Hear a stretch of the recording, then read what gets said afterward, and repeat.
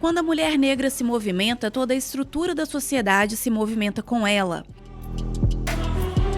A frase de Angela Davis, filósofa norte-americana e ativista mundial pelos direitos dos negros e das mulheres desde os anos 1960, leva em consideração que a mulher negra é a base da pirâmide social.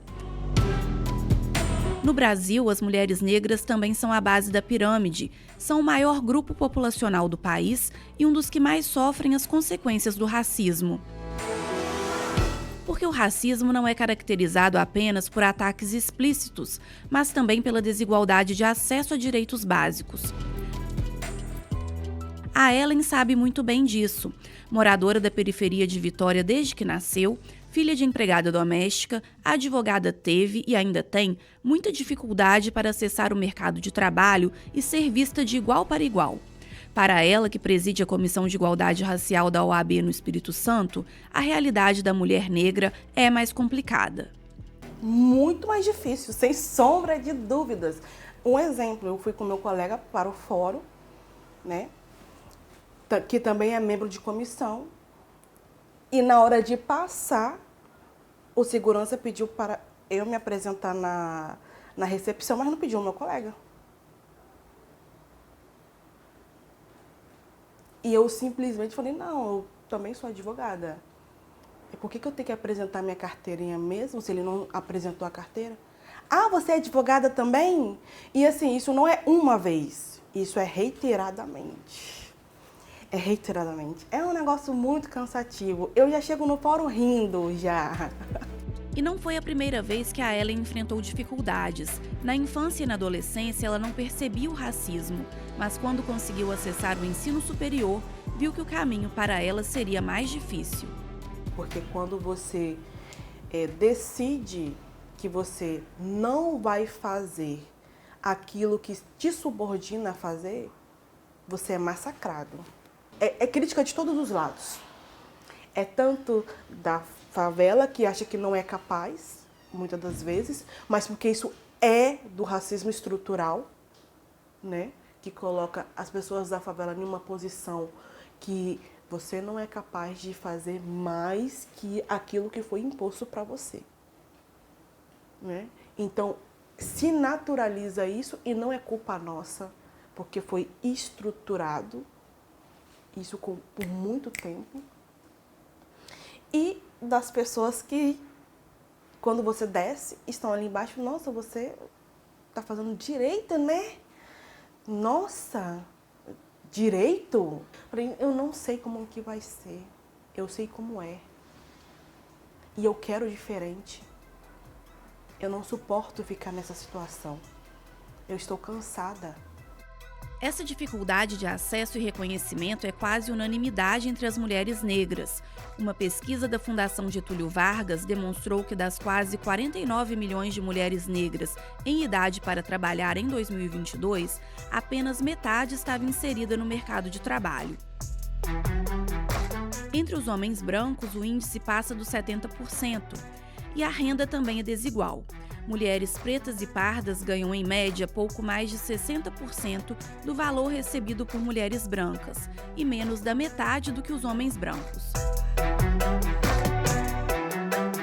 Historiadora e pesquisadora do Núcleo de Estudos Afro-Brasileiros da UFES, Lavínia Cardoso lutou para enfrentar esses obstáculos e conquistar seu espaço. Quando você ocupa determinados espaços que saem daquela caixinha, né, da qual a branquitude colocou os negros e as negras no Brasil, as pessoas te olham de cima e embaixo, tipo assim, o que você está fazendo aqui? Isso aqui não é seu lugar. Eu tive uma aluna que uma vez, na sexta-feira eu uso branco, eu sou uma mulher de axé, e na sexta-feira de Oxalá, e eu uso branco.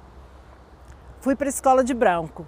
Aí uma aluna minha virou para mim e falou assim, nossa, você está parecendo uma enfermeira. Eu falei, por que eu não posso parecer uma médica? Sabe? É assim, é um discurso invisível, ele está ali colocado, né, o tempo todo, e de uma certa forma ele foi naturalizado, ah não, isso é uma bobagem, ah isso é mimimi, ah isso, né? E agora cada vez mais a gente percebe esse discurso sendo proferido. Não gosto de negro, negro é macaco, negro fedorento, né? Enfim,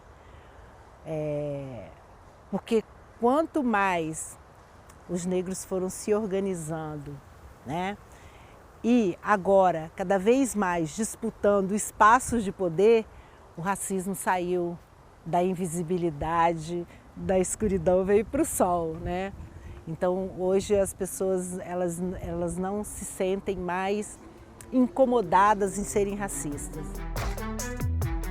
A realização dos sonhos, sejam pessoais ou profissionais, também costuma ser mais tardia para mulheres negras, situação vivenciada pela empresária Priscila Gama.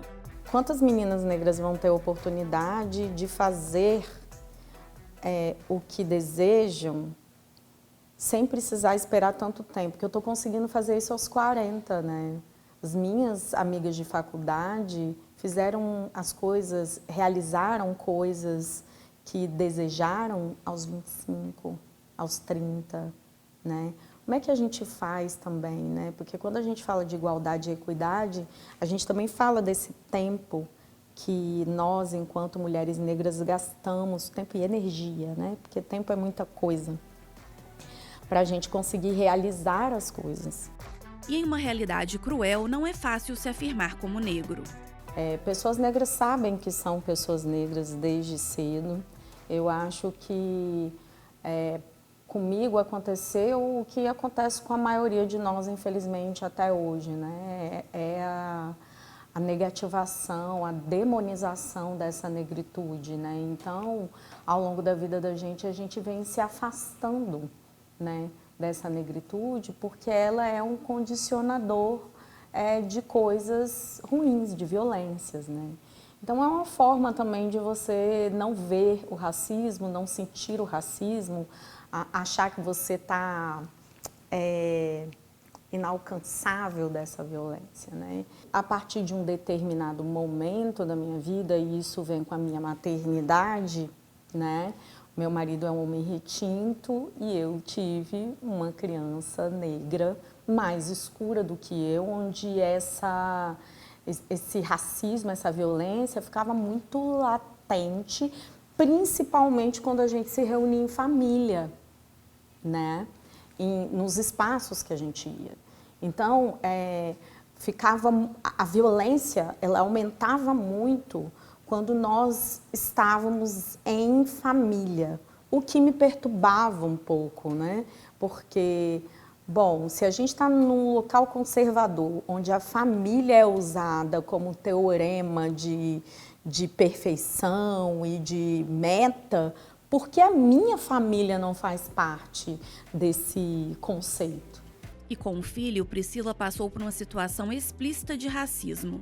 Em um dia, eu estava com meu filho na Curva da Jurema, ali na frente de um restaurante que a gente costuma almoçar, e que a Curva da Jurema ela é muito popular, mas os restaurantes e alguns espaços específicos dessa praia são mais elitizados. E aí meu filho estava brincando com uma criança branca e a mãe dessa criança fala: eu não quero que você brinque com esse tipo de gente. E aí eu me perguntei, que tipo de gente que o meu filho, tão pequeno, né? A gente era gente preta. Os relatos de Ellen, Lavínia e Priscila estão longe de serem casos isolados. No Espírito Santo, de 2021 para 2022, houve aumento de quase 60% no número de registros de casos de racismo. E de 2022 para 2023, o crescimento foi de quase 15%, segundo dados da Secretaria de Estado de Segurança. Em 2023, foi sancionada a lei federal que equipara a injúria racial ao crime de racismo. A injúria era considerada um crime menos grave, com pena menor, e o acusado podia responder em liberdade com o pagamento de fiança, podendo a punição ser extinta após determinado prazo. Diferentemente do crime de racismo, que é inafiançável e imprescritível, com pena de até 5 anos de reclusão. A nova lei também traz penas mais duras se as ofensas ocorrerem em ambientes culturais, esportivos, religiosos ou no caso do chamado racismo recreativo, ou seja, quando as ofensas são camufladas em forma de piadas. É importante ressaltar que mais de 55% da população brasileira é negra, o que engloba as pessoas pretas e pardas. No Espírito Santo, a taxa é ainda maior, mais de 60%. E mesmo sendo maioria, essa parcela do povo sofre com racismo explícito, em ofensas, ataques, intolerância religiosa e com racismo estrutural e institucional, que dificulta o acesso a direitos garantidos na Constituição. E ainda sofre com a violência, o extermínio e o encarceramento em massa. No Espírito Santo, mais de 80% dos homicídios são cometidos contra pessoas negras. E nas mortes causadas por policiais, 83% das vítimas são negras. Essa presença dessa mentalidade colonial, né, que vê ainda o corpo negro como um corpo desumanizado, ou seja, quem são os corpos matáveis? Mas o preconceito, embora enraizado, estrutural em nossa sociedade, não é natural. Ninguém nasce racista, como relata o professor da Universidade Federal do Espírito Santo e pesquisador das relações étnico-raciais, Gustavo Ford. Nós nos tornamos quem nós somos, humanos, né, a partir do processo de socialização. E os processos de socialização no Brasil são marcados por uma ideologia eurocêntrica e por práticas racistas cotidianas, algumas mais explícitas, outras mais implícitas, que produzem um conjunto de efeitos, interpelam negativamente, né, uma construção de identidade positiva das crianças e dos jovens negros, definem o mercado de trabalho no sentido de demarcar quais os postos de trabalho que estarão disponíveis à população negra. Produz um conjunto de adoecimentos, né, físicos, mas também mentais, né, psíquicos na população negra. No próximo bloco, saiba mais sobre a relação do racismo com a formação do Estado brasileiro e sobre o papel da educação na formação de pessoas antirracistas.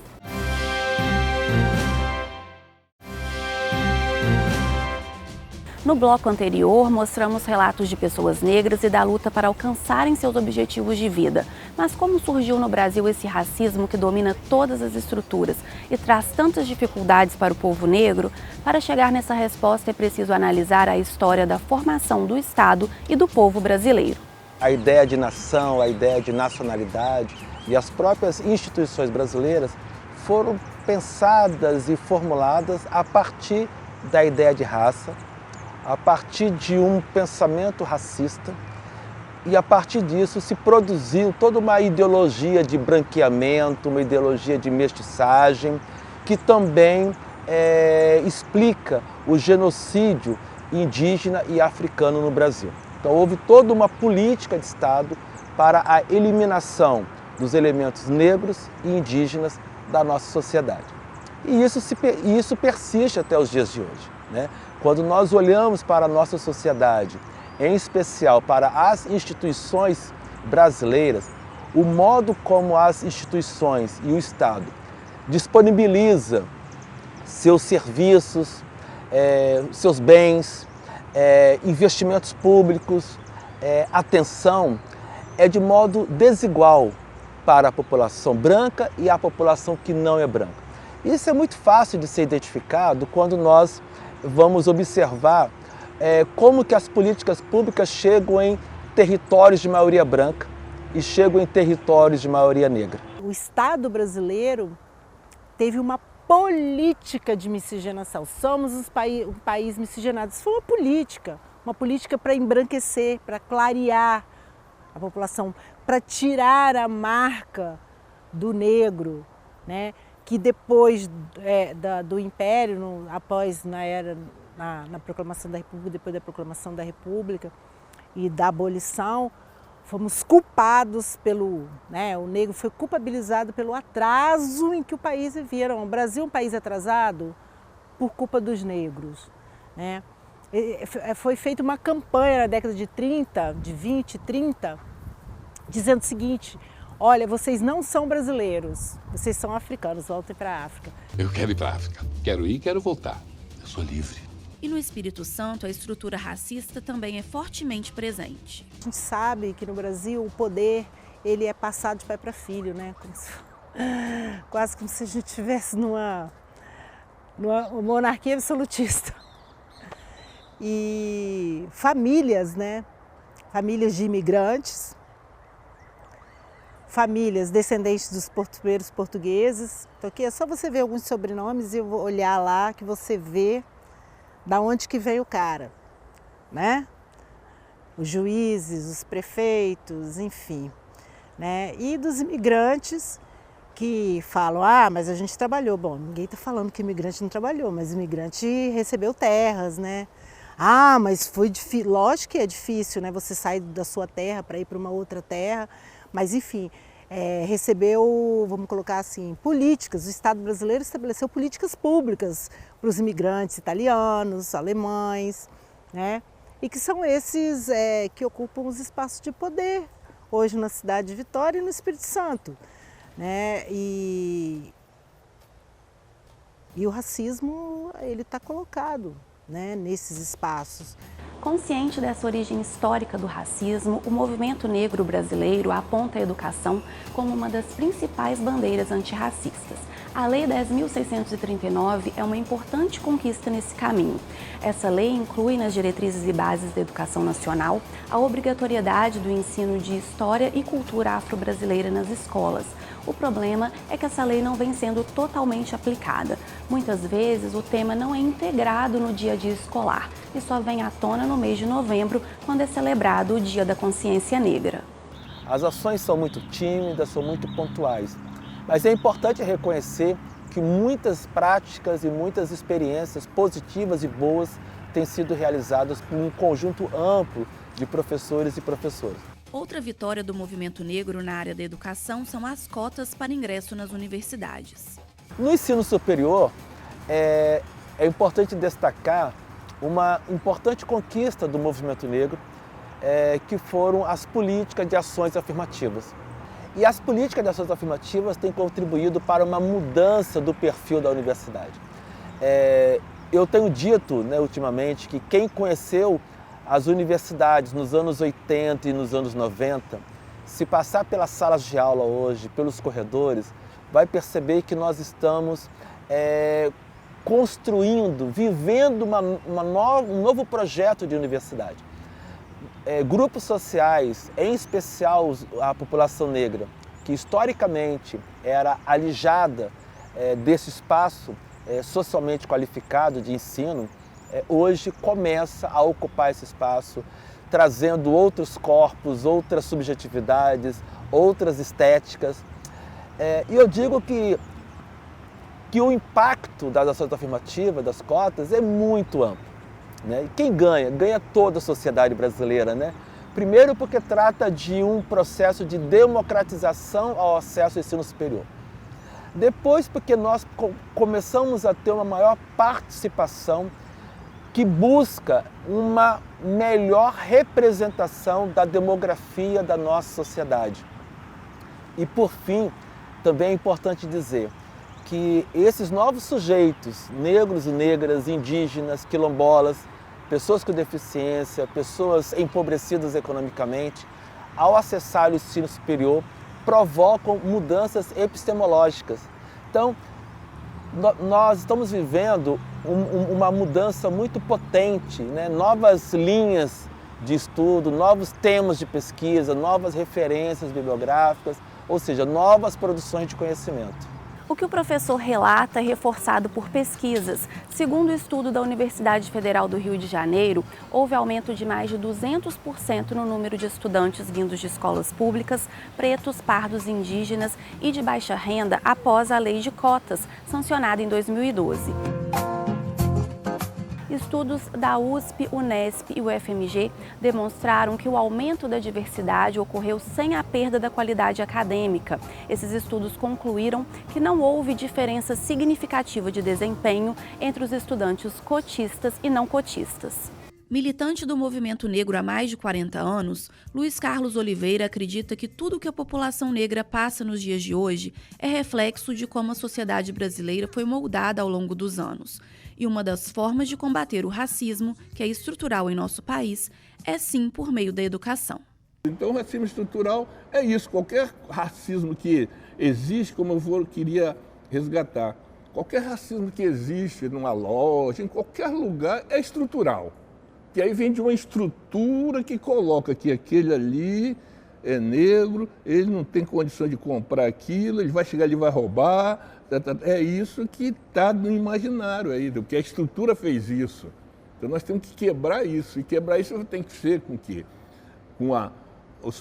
Na educação é fundamental, nós trabalhamos na entidade, tem entidade negra que trabalha na educação, e você trabalhar a questão afro dentro da educação para se conhecer efetivamente, conhecer mesmo a verdadeira história e tal, todas as contribuições do povo negro e tal. Isso aí na educação, que os docentes já começaram a trabalhar, né? Isso aí desde criancinha até a universidade, você começa a trabalhar isso na educação. E aí você começa a dar uma estrutura que vai mexer no racismo já desde criança, já trabalhando, já se valorizando e tal, porque só nós aqui, a gente sapato furado fazendo isso aí é pouco, né? É pouquíssimo, eu acho, né? E a gente faz há 40 anos de sapato furado, andando a pé para lá e para cá.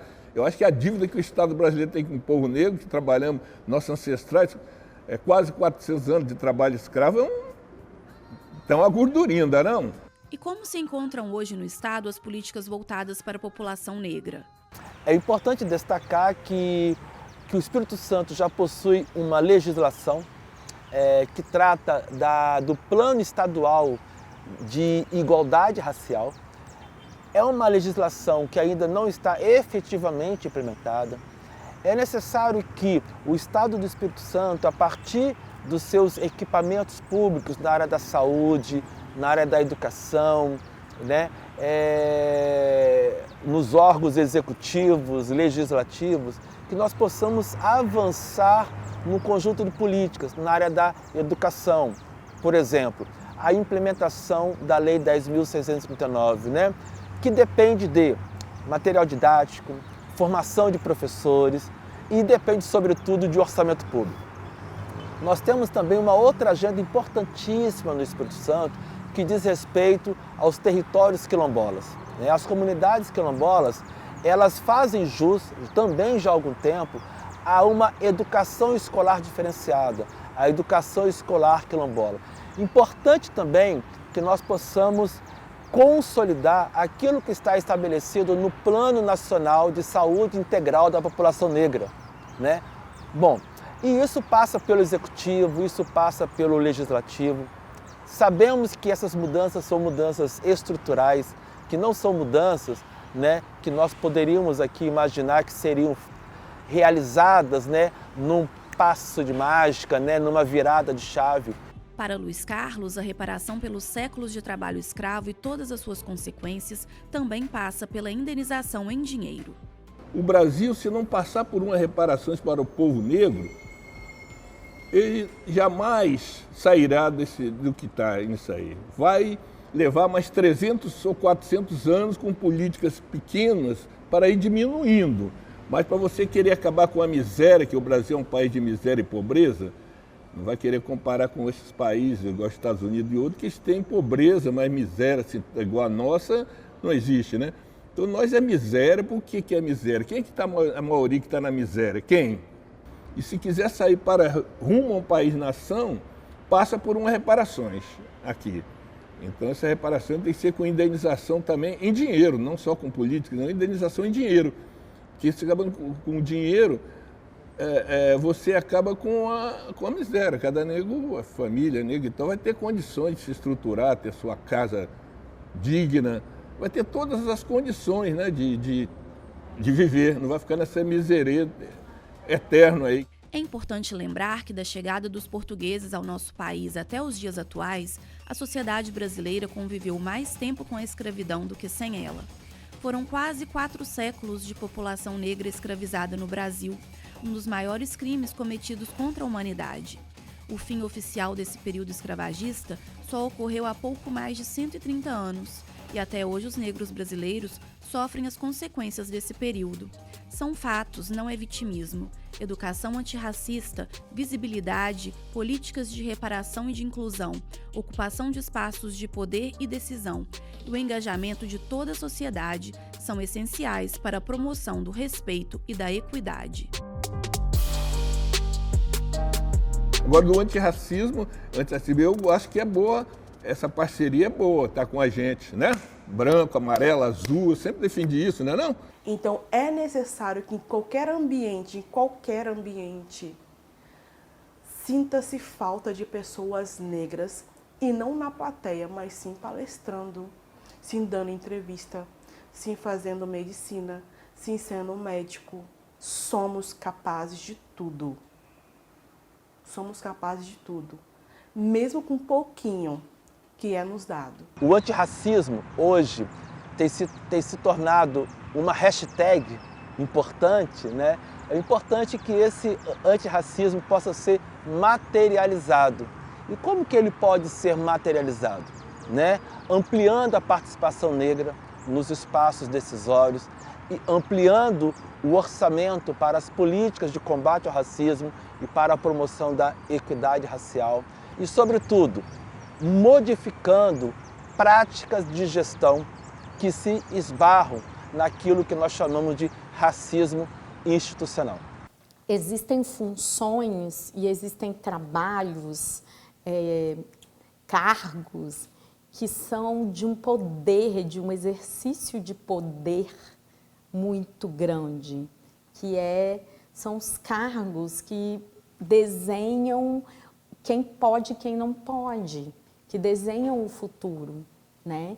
E esse desenho de futuro, ele veio até aqui, até os dias de hoje, sendo desenhados numa cultura eurocentrada. Então, a diplomacia, a magistratura, o legislativo e o executivo, e toda sorte de espaço onde as pessoas decidem a construção de futuro das outras pessoas, ele é um espaço masculino e branco, né? Então, quando uma menina negra vira e fala, eu quero ser deputada, eu quero ser presidente, eu quero ser diplomata, eu quero ser juíza, né? É natural que as pessoas... É tão naturalizado, na verdade a palavra não é natural, é naturalizado. O racismo está tão naturalizado, intrínseco nesses vieses inconscientes da nossa educação, que atinge, inclusive eu e você, que somos mulheres negras, é que a gente vira e fala, é muito difícil, gata. A minha mãe nunca falou isso para mim, nem o meu pai, mas o mundo falou, né?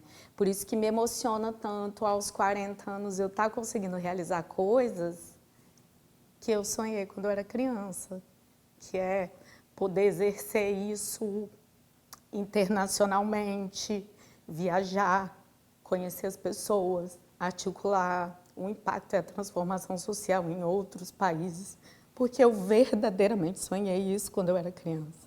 E as pessoas falaram que eu não podia. E é importante que a gente dispute espaço de poder, porque eu digo sempre isso, não vamos voltar para a senzala, ninguém vai voltar para o armário, esqueçam isso, né? E ninguém recua num milímetro atrás, entendeu? Nós vamos cada vez mais ocupar espaços de poder, querendo vocês ou não.